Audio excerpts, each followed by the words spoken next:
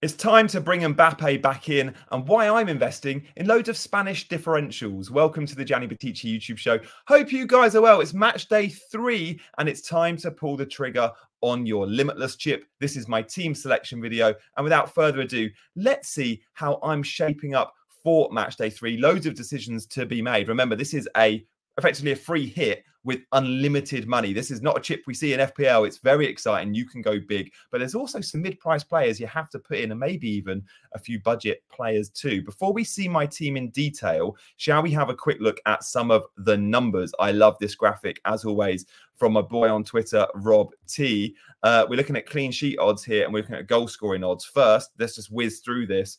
When we look at the teams that are predicted to score more than 2 goals, they're the ones we want to invest in our attacking players. So Spain and England, Belgium predicted 1.85, Germany are predicted almost 2, France are predicted to score more than 2, and of course, Portugal against Georgia. We like that matchup. In terms of clean sheet odds, when picking defensive players, the likes of England, Spain, France, Portugal, again, similar teams. There's a few nice matchups in match day 3. Guys, please do hit that like button and subscribe to the channel if you're new around here.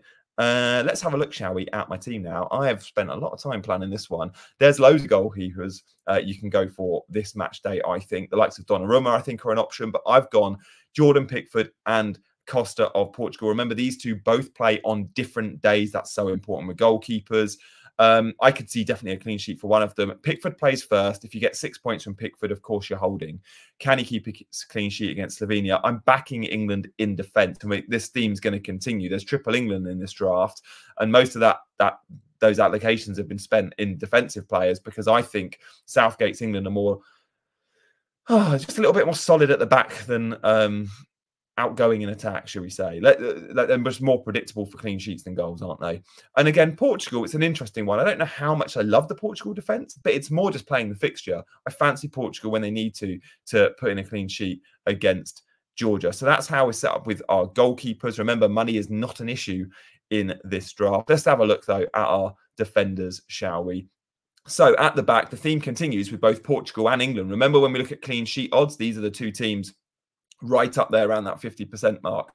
So João Cancelo offers a ton of clean sheet hopeful, but also a ton of attacking threat. We love Cancelo, and we haven't seen it massively, but when we look at the group stages for Portugal, he was the creative outlet for Portugal very, very often. The wing backs there get forward, and Cancelo, you know, he's inverted pretty much. We like that very much with Cancelo. Mark Gahey, we don't need to talk about. When we talk about ball recoveries, Mark Gahey is clocking ridiculous numbers, and ball recoveries have become such a big part of this game. It's really interesting to monitor how that's working. But when we look at all the best ball recoverers so far, we're looking at defenders and centre-backs like Mark Gahey and mopping up those ball recoveries. Loads of extra points there. Remember, every 3 ball recoveries is an extra point, and Gahey feels like even when he concedes, you're getting 4 or 5 points. It feels almost like a clean sheet. I had him in match day 2. We're going fun here on Grimaldo, and we'll speak more about the Spanish team in a second. Theo Hernandez, I just love watching Theo play. You always feel like you've got a chance for an attacking threat. Poland, remember, are out of Euro 2024. With Poland out, I expect rotation. I expect them still to lose. And France have something to play for. France, remember, are playing for top spot. Will France get it? Could Austria, or will the Netherlands? France need to win this game to secure top spot, and I think they probably will.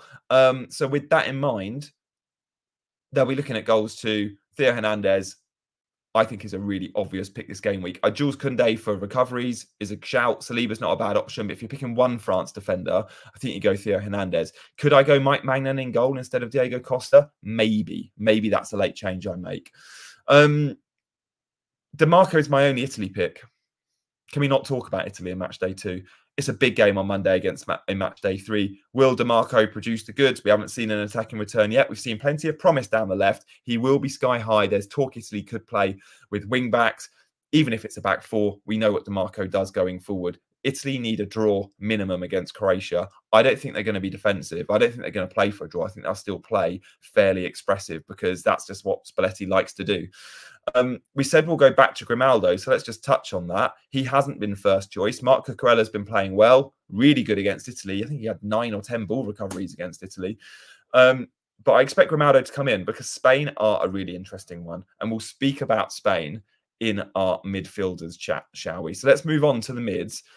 You'll see I've got a couple of Spanish mids as well as Grimaldo. And there's loads of reasons why I want Spain. Guys, please do remember to hit that like button and subscribe to the channel. The reasons I want Spanish players are they've already qualified top, right?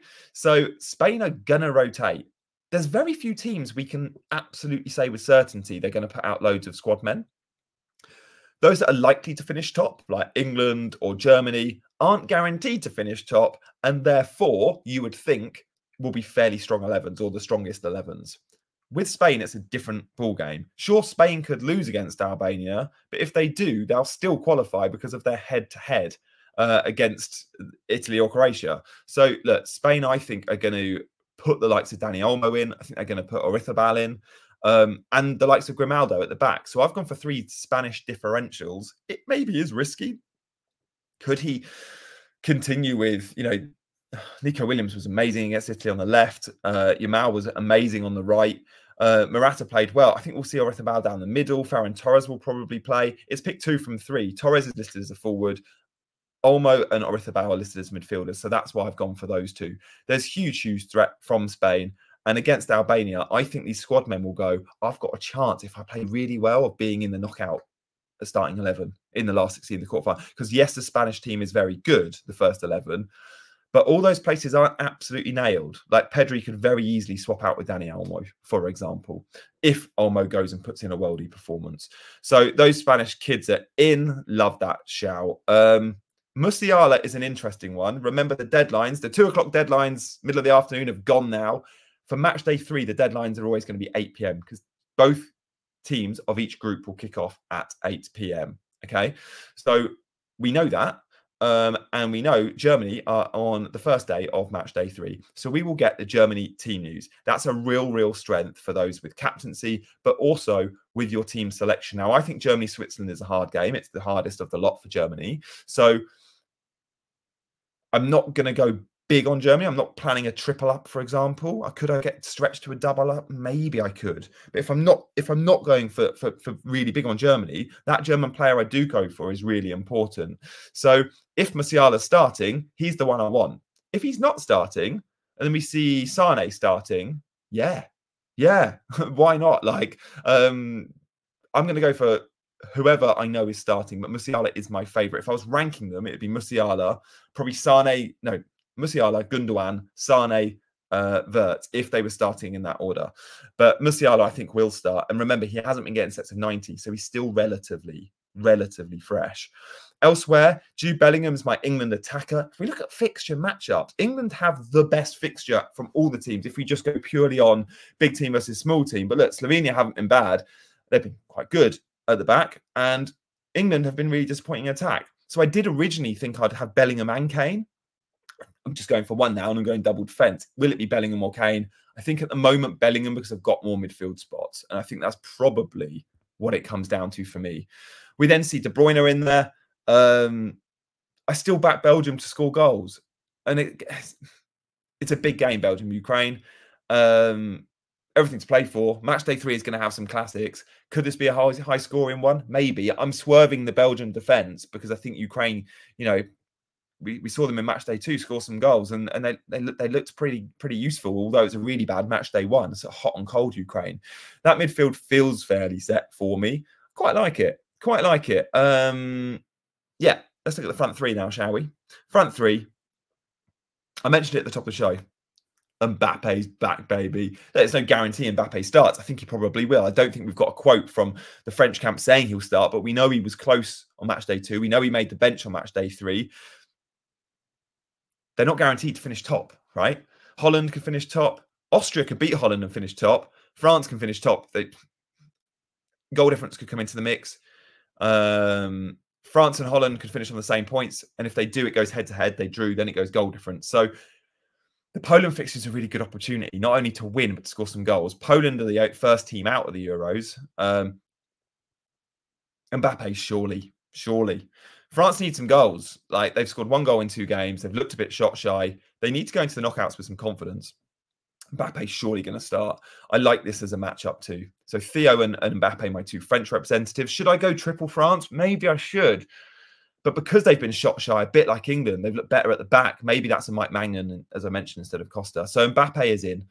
I've still got Ronaldo in there. Again, depending on who I think is going to start up front for Portugal, that could change. Like someone like Diogo Jota. If Diogo Jota was confirmed or we thought was going to start going into match day 3, I could very easily go Jota over Ronaldo. If we think Ronaldo will start, then Ronaldo is in the team. I want Portugal attack for the Georgia game. I've got a couple of defenders and Cancelo, who feels like an attacker half the time, but you need, I think, a midfielder or a forward. So is it a Bruno? Is it a Ronaldo, or is it a Diogo Jota or a João Felix because we think they're going to start? So the Portugal spot is more of a bookmark for me. I'll make a decision on that just pre-deadline, see what news we get out the Portugal camp. And then for the same reasons I've gone De Bruyne, I've gone Lukaku as well. Now, these two players were in my match day 1 team. My match day 2 team, I'm sticking with them on match day 3. Match day 1 was so disappointing for Lukaku. I had him captain. He missed 3 big chances. He had 2 goals disallowed for VAR just in 1 game. It could have been a mighty monstrous score, but it wasn't. I feel like I'm still owed a bit from Lukaku in that sense. So look, this is my 15-man squad. The turnaround is quick. We're going to get a little bit more in terms of time between match days when the knockouts start. We're going to all get a wild card, remember, going into the last 16. That's really important to know. So if you are thinking about saving chips, just remember, everyone gets a wild card ahead of match day 4. We get to reshuffle the pack. Now, is Limitless a good chip later in the knockouts? Not really, because your team goes back to the original team on Limitless or free hit, as we might know it in FPL. And with that in mind, that's not a good chip, knowing it's knockouts and half those players might have been knocked out. It's not like the wild card where you go, I'm changing my team permanently, and then all those good players from good teams are still in my team. No, Limitless diverts back. So you've got to use Limitless in the group. If you've got your chip, honestly, usually we say with chips, it's team dependent. I'm going to tell you all now, if you've still got your Limitless chip, I don't care what team you've got, you should be using it in the 3rd match day, in my opinion, unless you think using it for the final could work. Because money could be tight. Let's say England play France and you need your premium players. I still think money will be all right, though. So, look, that's where we're at.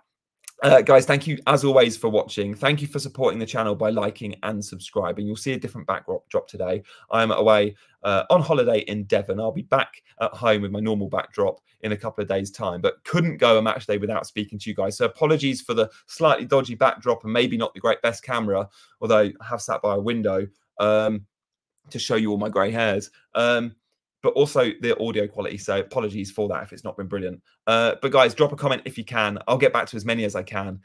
Thanks, as always, for your support. And I will see you very soon. Final note from me, do join my mini league if you're not in it already. Check you later. Bye-bye.